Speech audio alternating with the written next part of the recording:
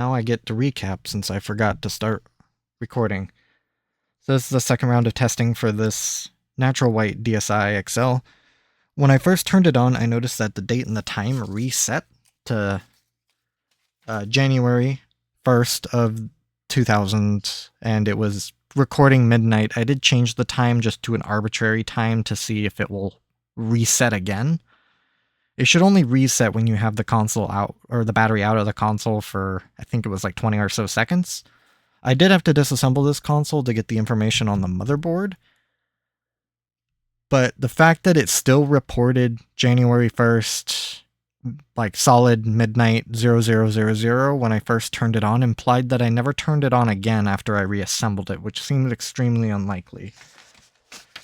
So I wrote that in my notes just to sort of keep an eye on it, so to see if that time actually resets again, either during this testing or I might turn it on a little later today to see if it still retains the time. But since I put the battery in, I should have turned the console on, so it's been probably a couple days. It should be reporting a couple days later, but it isn't. So I don't know what that's about. I just completed the tactile button test, and it passes again. I have no problem with any of those buttons. So now I will... And there is a bit of an interesting blemish on the top glossy shell piece. I'm just going to do a touchscreen test here real quick.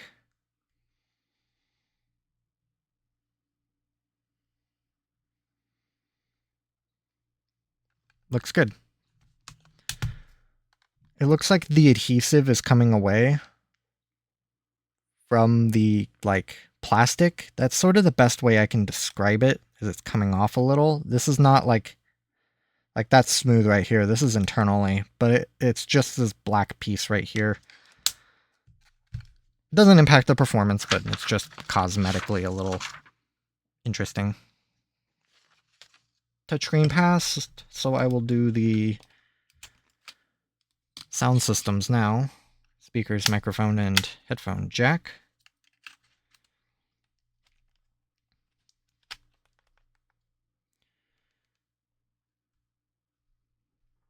And I also combo this with an SD card slot test, which is why I slotted one of those in. So when I press the volume buttons, the little system indicator is working. The volume is going up and down as well.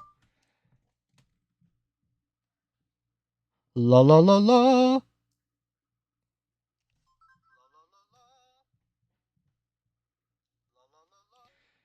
Yeah, so interestingly, this microphone doesn't have a buzz to it. It has a bit of a background droning noise, but nothing like I've seen on a couple other consoles. So in this case, I will not note that the speakers are buzzing. So now what I'll do is, with a pair of earbuds, I'm going to play the song that was on my SD card, which it loaded just fine. I'm going to listen to both channels on the speakers, and then listen to both channels on the earbuds to see if they all work fine.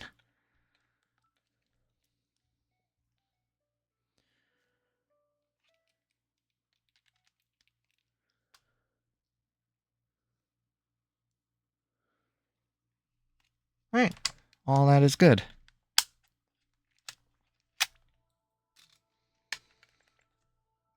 So now, cameras, which I'm just looking for an input. They're not going to be crazy clear. Okay, that's good. Charge port.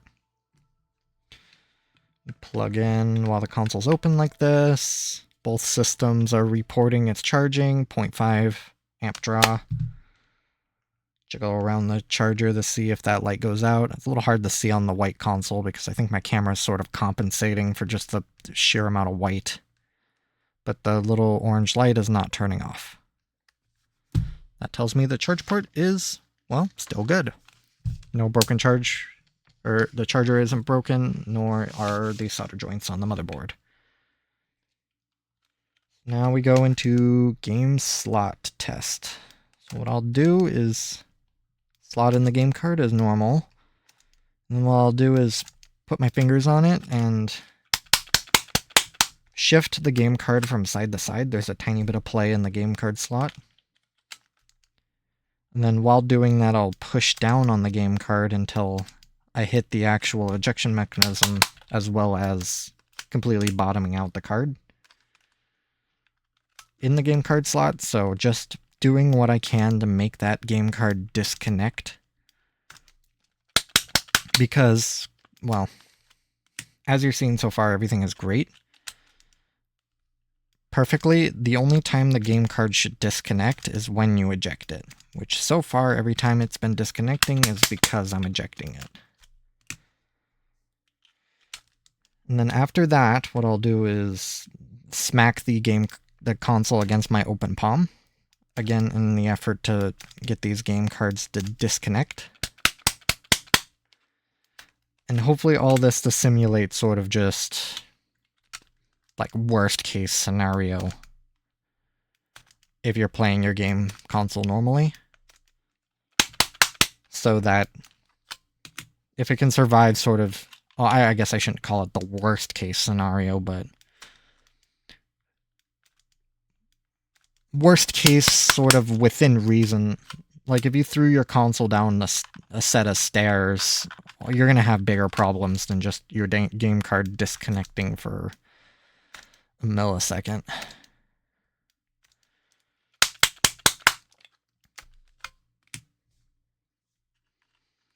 But like if you were to like drop it on your face if you're playing in bed or something, your game card won't just vanish.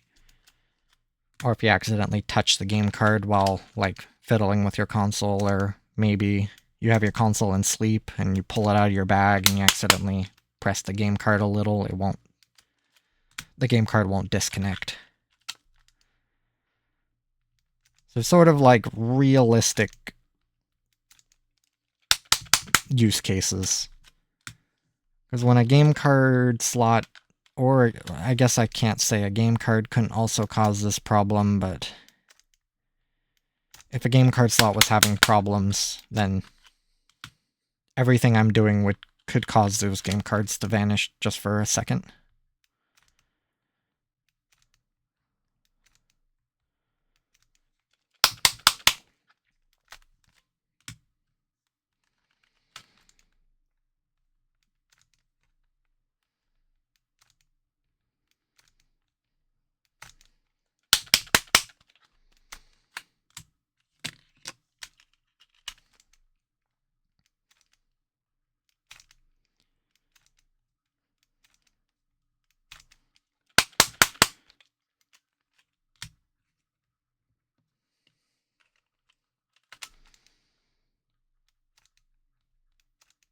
So far in all of my testing right now, the game card isn't disconnecting, or none of these game cards have disconnected.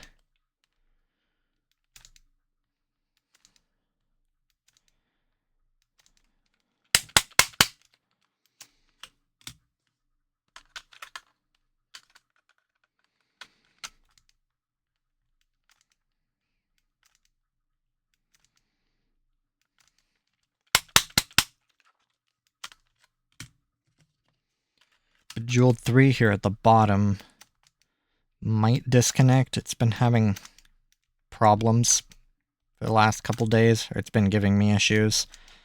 And I'm more inclined to think this is just a Bejeweled problem, because if every other game reads just fine, it's far more likely one game, or the game card, is the problem and not the game card slot. But it looks good. I did use it as a cleaning card, so possible that the cleaning fixed it. But we'll see. It'll be a variable for a while, it would seem. So it's still retaining its date and time. I'll just sort of set it like this for 30 seconds and just see if it still retains the date and time. The battery isn't disconnecting. Oh, these bots and their crazy ass letters. You're just feeding the algorithms.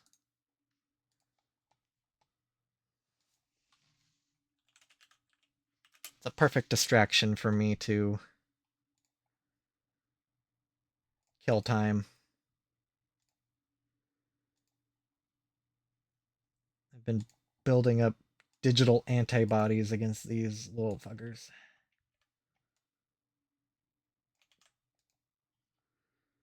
Thank you, and go straight to hell.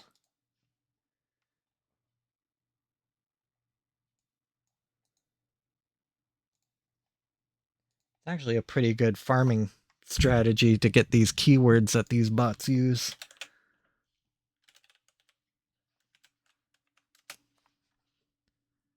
Exposing my weaknesses only makes me stronger.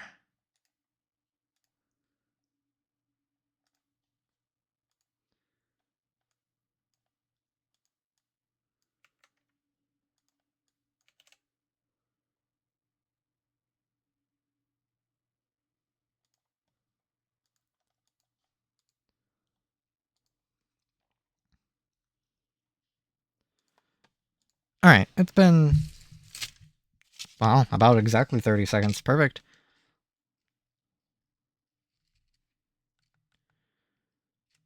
Okay. I will just keep this in mind. It seems to be holding it now. Maybe it just needs a longer discharge. Like, I'm trying to think of how that would work, because if it only loses connection, or if the date and time only reset when the battery is pulled, it doesn't imply that there's some sort of like power leak somewhere, or there's like a faulty component draining power, because the battery was still charged. The battery wasn't obviously low, and the battery health itself seems to be okay. I don't know, maybe me watching the old footage would sort of spell it out, but maybe I probably should look at it real quick, just to make sure that I'm not going crazy here, or I'm sort of on the cusp of discovering a rather perplexing issue.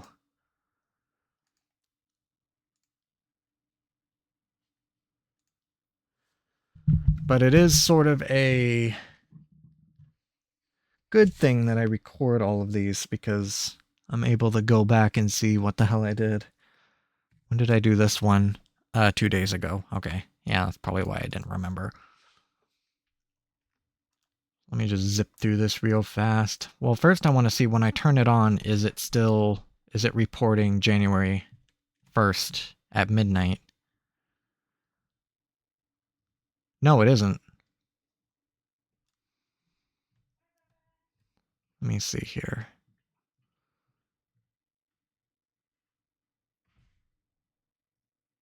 Oh, okay. I did exactly what I thought I did. What I thought I wouldn't do. I disassembled it to confirm the motherboard, it looks like, and then reassembled it without powering it back on. Okay. Well, okay, that's good to know. I didn't think I would do that, but since this was an unknown motherboard, I think I just wanted to date and time reset. I'm just gonna X that off. Okay, so passed all the game cards. I had no problems. All of the other tests were good otherwise, so I pass it for test 2.